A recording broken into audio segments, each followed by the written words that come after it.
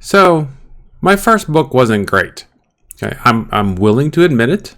It's short, and it does feel a little rushed in some places. But you know what else it also isn't?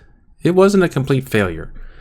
And I know this because thanks to the wonderful world of Kindle normalized page reads, I can see that people are picking it up and reading it all the way through. And what's even better is that when they read it all the way through, they trust me enough to keep reading the rest of the books in the series. Now, obviously, not everybody's doing it. Some people do pick up the book, read 2 or 3 pages, and never pick it back up again, which is fine.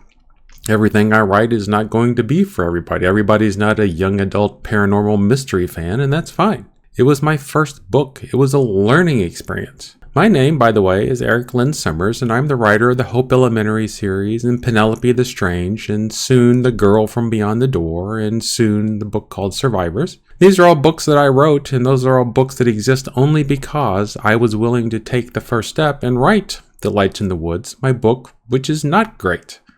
I had to get it done. I had to get it out of my system. I had to get something out there to prove that I could do it, to prove that I could pick up and start writing something from start to finish, even if it wasn't great.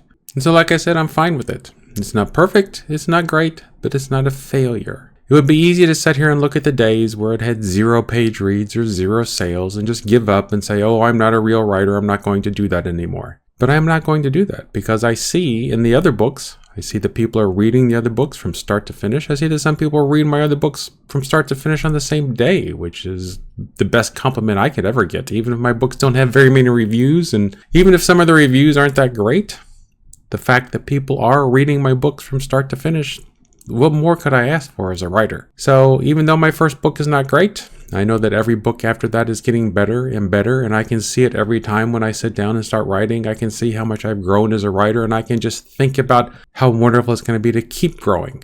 So the purpose of this is that, for one thing, a little pep talk for myself, obviously, but hopefully it's a little bit of hope for you. You are going to write, and you just have to accept that most likely your first book is not going to be that great, but you have to get it out there. Your first book has to be out there. You have to get it done so that you can produce that second book, so you can produce that third book, so you can produce that 20th book. And every book will get better. You will grow as a writer. Just get that first book out there and own it. Even if it's not the greatest thing in the world, even if it is the greatest thing in the world, it's something that you should be proud of, no matter what.